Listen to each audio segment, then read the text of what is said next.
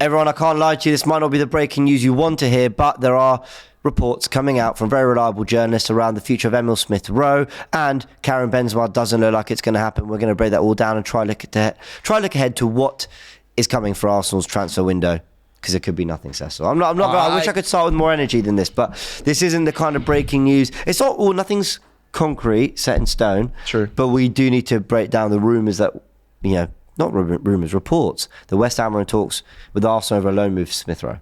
Well, listen, I saw this break in the past couple of minutes, and it surprised me, James. I think I messaged you. I said I'm quite shocked by this, because the reports I saw from the warm weather training in Dubai from the team was Smith-Rowe's come on leaps and bounds, looking sharp, looking hungry to fight for his place back in the side. Apparently the club's been happy with him over and doing a warm weather training, and that says to me that, he wants to come back again, fight for his position. And I mean, there has been question marks. I spoke to many Arsenal fans where they're saying we've got to let go of the sentiment of players like Smith-Rowe, like the Reece Nelsons, like the Eddies, and try and move them on and make money from them to push Arsenal forward. But they're saying that Smith-Rowe might have, a last shot at making a claim for that number, the start in the 11.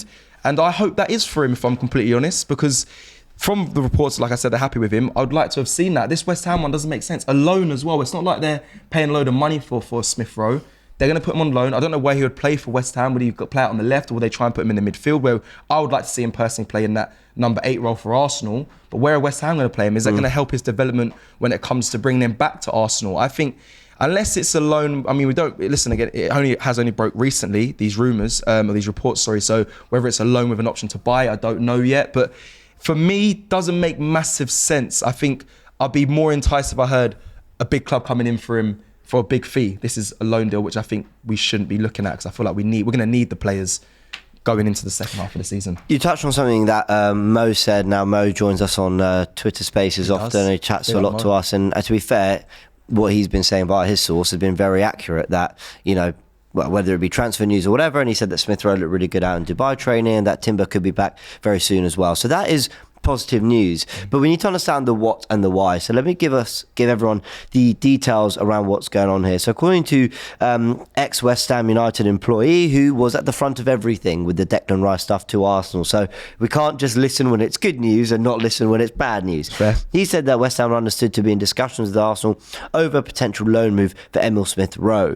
Then Alex Crook from TalkSport comes in and says that Arsenal midfielder Smith-Rowe is attracting interest from West Ham. TalkSport understands the Hammers are keen to sign the 23-year-old on a 6-month loan.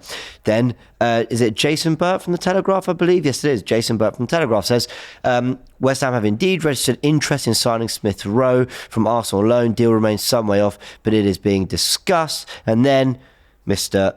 Transfers, Fabrizio Romano, talks taking place to understand if there's a way to structure a deal between Arsenal and West Ham for Smith-Rowe. So I'm of the belief that when there's a stream of information from reporters that starts to emerge, it's real, and it's hot. Yeah. You often find this stuff then goes from talks to 6-month loan agreed to details of the loan come out to within 3 days they're holding the shirt. Now, I might be going over the top here, but my thing is, why has this made the media, why has it made media attention now? Either Arsenal are getting it out there, West Ham getting it out there, it's a great scoop, whatever it is, but a lot of people have picked up on this. And like I said, when there's a wave, it makes you think there's something really in this. And I worry about that. I don't like the sounds of this. I'll be very upfront. Now, how do I feel about Emil Smith-Rowe as a player? Could develop into a really good player for us, but we haven't seen it for a while. He's had injury problems. Yeah. And is he maybe the right profile for our midfield? Maybe, maybe not. I don't know. If Arsenal secured a 40, 50 million pound deal, an obligation in this loan for the summer that allows us to spend now, I can understand, but only in return for someone coming in. I'm not about to hear Mikel Arteta say in another press conference, we're short. We're short. Yeah, well, we're short. Well, injuries. Well, we've let players go. We're short. Yeah, you're sanctioning these deals. Whether it be Kieran Tierney out on loan, now Emil Smith-Rowe's another one. There comes a point where actually you need to retain players in the hope that they maybe get there if you're not at least going to bring players through as well. So I don't like the sounds of this, but I do feel like something is progressing in the background. But that's what worries me, James. That wave of the reports coming through does worry me, because Emile Smith-Rowe, I believe that number 8 position for Arsenal hasn't been cemented. Havertz hasn't cemented it. He's tried Trossard there. I mean, we've seen Fabio Vieira playing that position. Tried everyone. He's tried everyone. I feel like Emile Smith-Rowe, listen, his injury record has very much frustrated me. It's not his fault, but it has frustrated me. But if all the reports from the Dubai warm weather training has been positive about Emile Smith-Rowe, give him an opportunity to fight back, to get him to this Arsenal 11. I just think, again, I don't know. I don't like it. I don't like it. West Ham have money, obviously, off the back of the Declan Rice deal. So I know there was word they're looking at Calvin Phillips as well. Yeah. So I understand, they've got money, but a loan deal, they've got money. If you're going to do it, then at least put money forward. And I like what you said there. Maybe a loan, again, with an obligation to buy. You have to secure something for me. For me, 100%. For me, you have to have, if you're going to let Smith-Rowe go, you have to secure something. Because let's look at the whys in this, right? So if Smith-Rowe goes to West Ham on loan, okay, let's look at the positives potentially for Arsenal. He plays regular Premier League football. He develops, starts playing really well. Boom, he's ready for us for next season. That's what I was going to say as well. Obviously, he's going to want to push. Do we care? I know some people say, yeah, of course we care for the long term, for the start for next season. I'm really sorry. Like, we have done, as Arsenal fans, we've done a lot of long-term thinking and looking at the bigger picture. We're thinking about whether this benefits us now. And Arteta's had opportunities to give Smith-Rowe a couple more minutes here, to give him 20 minutes off the bench rather than 5, to maybe start him in a few cup games, whatever. I don't know, he's had injuries, so I understand that you can't put this all on Arteta. I'm not saying that whatsoever. Obviously, if he's not playing well enough in training, then he doesn't play. But when do we start making decisions on players? When do we start, instead of turning away money because they might develop into more, start going, well, hold on, let's be realistic about this. If they're going to, then we give them a proper chance. If they're not going to, you take the cash and run and you reinvest and you come out with a better squad at the end of this window. But that's good business. I don't feel like this is good business, a loan deal. And you can say maybe for the long term. Is it good player development? I love player development argument, by the way. I'm the one for that. He's Emile Smith-Rowe, he won the Euro Under-21s with England. He's going to probably want to fight for a spot in the England team. It's very far at this stage, but he's young. He's 23 years old and he's got that number 10 shirt. It's a big number at Arsenal. He probably believes he can break through. So for player development, he needs game time. My question is, I don't know if he gets game time at West Ham regularly. Like, that is where I put a question mark over it. If he's guaranteed that, then yes, for player development wise, great. But I don't know if he does. What is it? Paquette is in that position sometimes. Ben Rama. I don't know if he gets granted consistent minutes at West Ham, and that is my worry. If it's even good for player development, I think there could be a conversation with Emile to say, come back off this break. Let's just see how you bounce back. We'll integrate you in slowly, and if you perform well, then you perform well, you get minutes. I think that's better player development than getting pushed on a loan deal to West Ham, where I don't know if it's guaranteed minutes. And plus, business-wise for the club, it may result in us just bringing him back here at Arsenal, and we don't know what to do with him at the end of the season. With many other players that return, I still don't know what we're going to do with some of the other players that are currently out on loan. So I don't know, James. We'll keep an eye on it. Another player that was rumoured, linked, and I think this was one of those that the Arsenal fans were manifesting more than there were some loose reports, saying, not loose reports, but by that I mean there were a few reports that Arsenal are, considering the Benzema thing, but that's not going to happen according to Alex Crook, who's basically put a big X emoji with the name Benzema in a latest tweet. So that makes it pretty clear. I mean, it does make it clear. Me and Turkish were previewing the game, obviously, this Saturday against Crystal Palace. That was the one question I had to ask him. I know he's a Benzema fan, and